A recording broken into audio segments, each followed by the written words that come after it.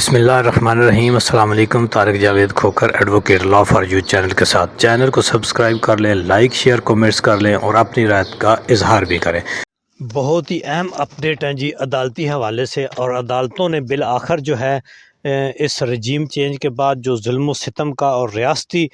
جبر کا ایک دور تھا اس کو بریک لگانے کے لیے اپنا کردار ادا کیا ہے۔ اگرچہ ابھی بھی بہت کچھ کرنا باقی ہے، لیکن کسی حد تک عدالتوں نے جو ہے اس غیر آئینی غیر قانونی جو اقدامات ہیں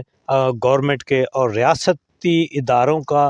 بیجا طاقت کا استعمال اور غیر قانونی طور پر لوگوں کو اٹھانا، غیر قانونی طور پر لوگوں کے اوپر مختلف مقدمات درج کرنا، ان کے ریمانڈ لینا، ان کی تفتیش کرنا، مار کٹائی اور تشدد، ان چیزوں کو روک لگانے میں عدلیہ نے بے شک بہت اہم کردار ادا کیا ہے۔ اگرچہ یہ بہت کم ہے، اس سے بہت زیادہ اور بہت جلد اور سپیڈی کرنا چاہیے تھا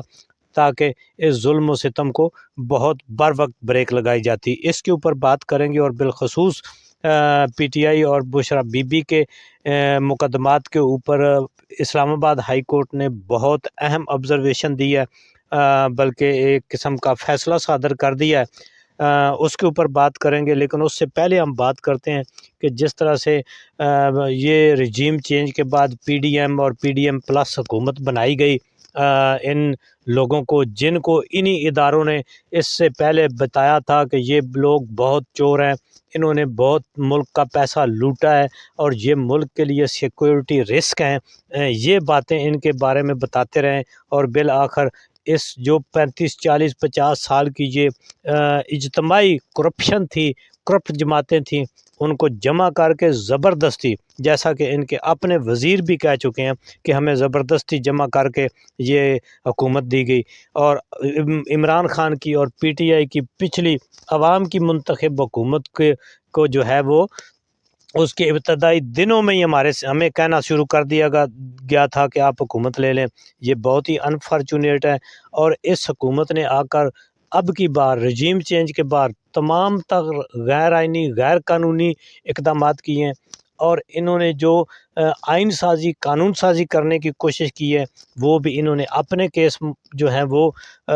معاف کرانے کے لیے، اپنے پیسے کو کور دینے کے لیے، اپنے مقدمات کو جو ہے معاف کرانے کے لیے کیے ہیں۔ اور ایسی ہی ایک اور یہ جو ربر سٹیمپ اور 2 نمبر فارم 47 کی پارلیمنٹ ہے، جس میں اکثریت وہ جیلی قسم کی ہے، اور فارم 45 والوں کو جو ہے وہ انہوں نے اقلیت میں رکھا ہے زبردستی، تو انہوں نے ایک اور جو ہے وہ قانون سازی کے ذریعے عدلیہ کے اوپر حملہ آور ہونے کی کوشش کی ہے، بلکہ انہوں نے عدلیہ کے اوپر حملہ کر دیا ہے۔ تو یہ اس سے پہلے بھی عدلیہ کے اوپر حملہ آور ہوتے رہے ہیں، جس طرح سے بیرسٹر گور پی ٹی آئی کے جو نیو چیئرمین ہیں، انہوں نے اب قومی اسمبلی میں اپنی تقریر میں بھی کہا ہے کہ یہ عدلیہ کے اوپر حملے کرنے والے ادھر بیٹھے ہیں۔ تو یہ عدلیہ کے اوپر، یعنی عدلیہ کو دیکھیں نا جی، سپریم کورٹ کسی بھی ملک کی اور پاکستان کی سب سے بڑی عدالت ہوتی ہے، آئینی عدالت ہوتی ہے، اس نے آئین کا تحفظ کرنا ہوتا ہے، اس نے لوگوں کے شہریوں کے جو رائٹس ہیں ان کا اس نے تحفظ کرنا ہوتا ہے، اور کوئی بھی ایسی قانون سازی یا آئین میں ایسی امینڈمنٹ جو اسلام کے منافی ہو، جو لوگوں کے انسان جو حقوق ہیں ان کے جو ہے مخالف ہو، اور جو آئین کے بنیادی ڈھانچے کے مخالف ہو، اس کو جو ہے وہ پروٹیکٹ کرنا اور اس کو لیجیٹیمیٹ جو ہے وہ نہیں کیا جا سکتا بذریعہ سپریم کورٹ، اور سپریم کورٹ اس کو نل اینڈ وائڈ قرار دے دیتی ہے۔ یہ اس کا آئینی اختیار ہے، کیونکہ آئین کی جو پروٹیکشن ہے وہ بالآخر سپریم کورٹ کی ہی ذمہ داری ہے، اور سپریم کورٹ نے اس کو پروٹیکٹ کرنا ہوتا ہے۔ تو دیکھنے میں یہ آیا کہ یہ موجودہ جو فارم 47 کی حکومت ہے، اس نے ہر وقت اپنی جو ایک آئینی اور قانونی پوزیشن ہے اس کو انہوں نے کوشش کیا ہے کہ ہم ہر طریقے سے اس کو اپنے اس حوالے سے کریں، جس طرح سے انہوں نے اپنی ایک کیا کہتے ہیں کہ ذاتی جو پارلیمنٹ ہے وہ بنا کے رکھی ہوئی ہے۔ تو یہ بہت ہی انفارچونیٹ ہے۔ سپریم کورٹ نے ایک فیصلہ دیا تھا اس کی پی ٹی آئی کی اسپیشل سیٹوں کو لے کر کے، اب اس کو ریورس کرنے کے لیے پہلے انہوں نے سپریم کورٹ پروسیجر ایکٹ بنایا، جس کو انہوں نے جس میں جو ہے وہ سپریم کورٹ کو ایک قسم کا انہوں نے مینیج کرنے کی کوشش کی، لیکن وہ ان کو الٹا پڑا۔ ابھی انہوں نے یہ کیا ہے کہ جی سپریم کورٹ نے ایک فیصلہ دیا ہے اور اس فیصلے کو انہوں نے ریورٹ کرنے کے لیے ایک اور قانون سازی کرنے کی کوشش کی ہے، بلکہ کر دی ہے کہ جی لیکن امید ہے کہ بلکہ امید نہیں، پی ٹی آئی نے یہ کہہ دیا ہے کہ وہ اس کو سپریم کورٹ میں چیلنج کرنے جا رہے ہیں، اور سپریم کورٹ ظاہر ہے اس کو نل اینڈ وائڈ قرار دے دے گی اور اس کو اٹھا کر ردی کی ٹوکری میں پھینک دے گی، کیونکہ کوئی بھی کسی بھی سپریم کورٹ کا فیصلہ اور سپریم کورٹ کے پھر بڑے بینچ کا فیصلہ، اکثریتی فیصلہ اور بڑے تمام فریقین کو سن کر بڑے چھان بین کر جو فیصلہ کیا گیا اس کو کسی صورت بھی جو ہے وہ ایک کسی آئینی ترمیم کے لیے ذریعے قانونی کسی امینڈمنٹ کے ذریعے اس کو ریورٹ نہیں کیا جا سکتا۔ پھر تو روایت بن جائے گی کہ سپریم کورٹ جو فیصلہ دیتی ہے وہ یہ کوئی بھی پارلیمنٹ اٹھا کے اس کو پرے پھینک دے، پھر کیا فائدہ ہے سپریم کورٹ کا؟ پھر آپ ہی سارے کام کر لو، پھر آپ ہی جو ہے وہ عدالتیں بھی لگا لو اس کے اندر، پارلیمنٹ کے اندر، اور پھر پارلیمنٹ بھی ایسی جو خود انڈر کوسچن ہے، جس کی اپنی حیثیت جو ہے وہ ابھی تک جو ہے وہ فارم 47 کی ہے۔ تو یہ بہت ہی انفارچونیٹ ہے جی، سپریم کورٹ کے اوپر سپریم کورٹ کے اختیارات، سپریم کورٹ کا جو ایک ادب احترام ہے اس کے اوپر انہوں نے حملہ کیا، لیکن اس کو پی ٹی آئی نے چیلنج کرنے کا فیصلہ کیا، اور انہوں نے اسمبلی میں بھی ایسی کسی ترمیم کو بالکل یکسر رد کیا ہے۔ تو دوسری طرف جس طرح سے کہ ہم دیکھتے ہیں کہ پچھلے رجیم چینج کے بعد سے پھر 9 مئی کو جو ایک بنایا گیا، اس سارے ایک بیانیے کو لے کر کے عوام نے 8 فروری کو مسترد کر دیا تھا،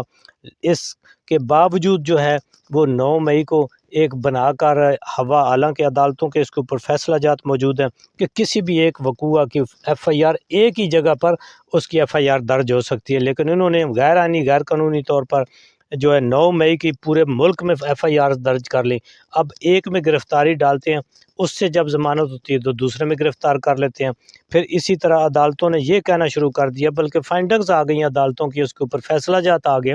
کہ اگر کسی کے اوپر جتنے بھی ایف آئی آرز ہیں، جب ایک دفعہ وہ گرفتار ہو جاتا ہے کسی ایک ایف آئی آر میں، تو وہ تمام مقدمات میں گرفتار تصور ہوگا۔ اب یہ معاملہ بشرا بی بی کا موجودہ یہ جو کیس تھا 9 مئی کے حوالے سے، یہ اسلام آباد ہائی کورٹ میں گیا تھا، اور بدقسمتی سے یا خوش قسمتی کہہ لیں، یہ چیف جسٹس عامر فاروق کے سامنے لگا تھا۔ عامر فاروق صاحب نے جو ہے میرا خیال ہے کہ کچھ تھوڑا سا آپ دیکھیں نا ریٹن میں وہ کیا کہتے ہیں، یہ تو کوئی ابھی بھی توقع نہیں ہے کہ کوئی اچھا آرڈر وہ کریں گے، اسٹرکٹ آرڈر کریں گے، لیکن انہوں نے یہ کہا ہے کہ بشرا بی بی کو انہوں نے ڈی آئی جی آپریشن سے پوچھا بھی آپ کو یہ ریکوائرڈ تھیں، تو اتنا عرصہ سے یہ جیل میں ہے تو آپ نے ان سے کیوں نہیں جو ہے وہ تفتیش کی، کو پوچھ گچھ کی؟ ابھی یہ نہیں ہو سکتا کہ جی یہ ایک مقدمے میں یہ ان کی ضمانت ہو اور آپ دوسرے میں گرفتار کر لیں۔ اور پھر انہوں نے یہ بھی کہا کہ ان کا 9 مئی کے مقدمات سے کیا مطلب ہے، ان کی ان میں کیا انوالومنٹ ہے؟ تو اس کا پولیس کے پاس کوئی جواب نہیں تھا،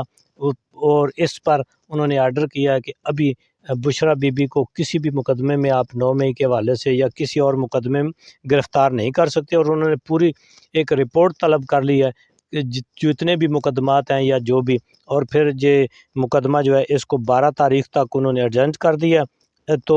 لیکن ابھی تک جو ہے انہوں نے یہی کہا ہے پولیس کو کہ جی آپ ان کو گرفتار نہیں کر سکتے۔ تو اس طرح سے میرا خیال ہے کہ اب 9 مئی کا بیانیہ، جس طرح چیف جسٹس عامر فاروق نے بھی کہا ہے کہ یہ 9 مئی کا جو ہے یہ اب ختم ہو جانا چاہیے یہ کام، حالانکہ چیف جسٹس عامر فاروق کو یہ دیکھیں نا، میں سمجھتا ہوں کہ یہ چیف جسٹس عامر فاروق ہیں جن کی وجہ سے یہ سارا معاملہ ہوا، حالانکہ 9 فروری کو عدالت کے کمرے توڑ کر، شیشے توڑ کر، لوگوں کو زخمی کر کے، وکلاء کو زخمی کر کے جو گرفتاری ہوئی تھی عمران خان کی غیر قانونی، اس کو بھی ان